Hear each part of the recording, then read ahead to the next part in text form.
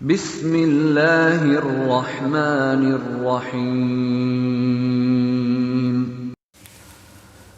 السلام علیکم ورحمۃ اللہ وبرکاتہ۔ نحمده ونصلی ونسلم علی رسولہ الکریم وعلی آلہ واصحابہ اجمعین، اما بعد فاعوذ باللہ من الشیطان الرجیم، بسم اللہ الرحمن الرحیم۔ انا اوحینا الیک کما اوحینا الی نوح والنبیین من بعدہ، صدق اللہ العظیم۔ یہ سچ ہے اس جہاں میں ہدایت کے واسطے، یہ سچ ہے کہ اس جہاں میں ہدایت کے واسطے ہر دور میں رہے گی ضرورت قرآن کی۔ جاری ہے جب تلک تیرے سانسوں کا سلسلہ، جاری ہے جب تلک تیرے سانسوں کا سلسلہ، کم ہو کبھی نہ دل سے محبت قرآن کی، کم ہو کبھی نہ دل سے محبت قرآن کی۔ حضرات، گزشتہ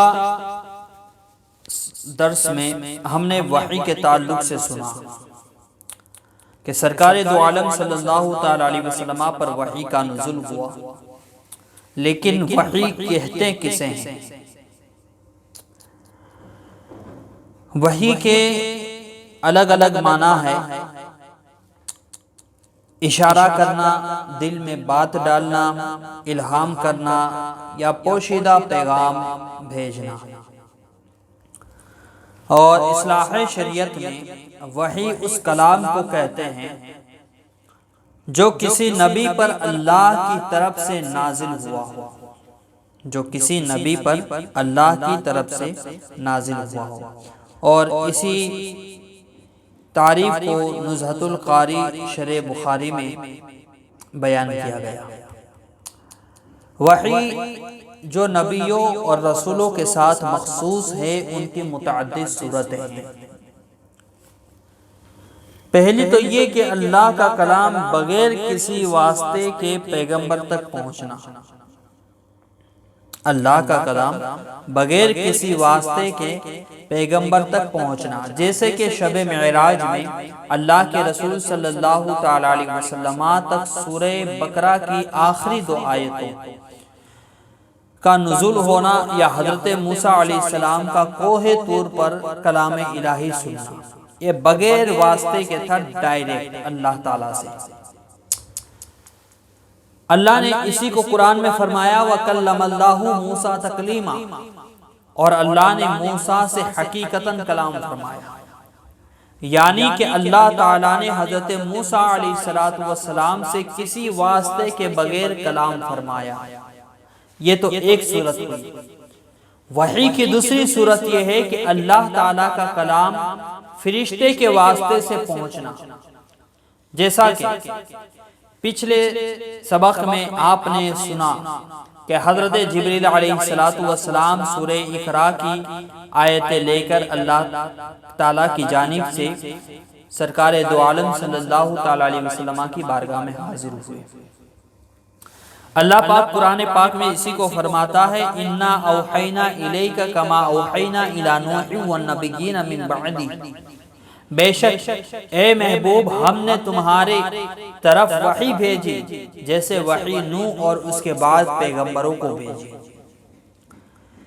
تیسری صورت یہ ہے کہ نبیوں کے قلوب میں، نبیوں کے دلوں میں معنی کا القاء کیا جاتا ہے، یا حضرت جبریل امین کا اپنے ملکوتی شکل میں حاضر ہونا، جو اصلی صورت ہے حضرت جبریل علیہ السلام کی، اسی صورت میں حاضر ہو جائیں،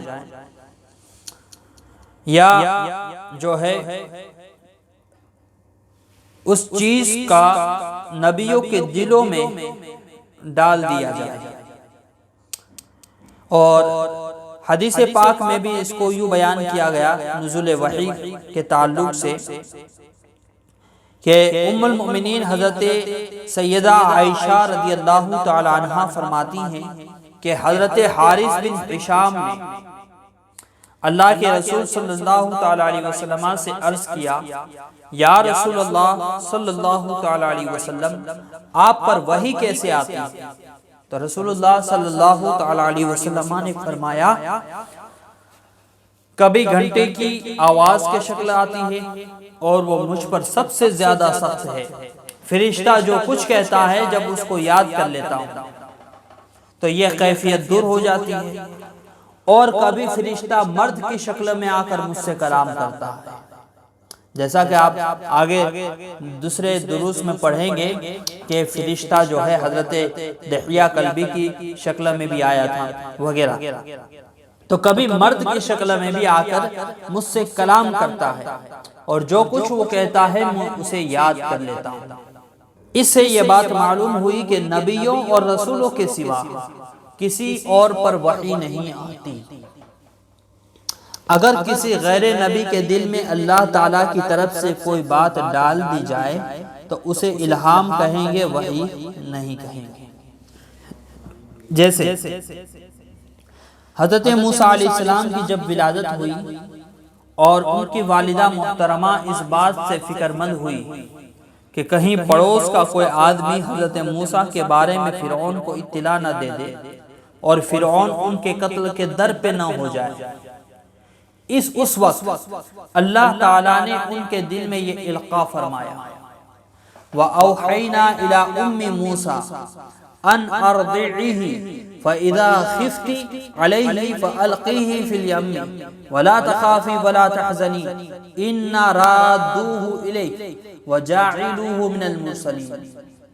اور ہم نے موسیٰ کی ماں کو الہام فرمایا کہ اسے دودھ پلا، پھر جب تجھے اس سے اندیشہ ہو تو اسے دریا میں ڈال دے اور نہ ڈر اور نہ غم کر، بے شک ہم اسے تیری طرف پھر لائیں گے اور اسے رسول بنائیں گے۔ انشاءاللہ جب انبیاء کرام علیہ السلام کے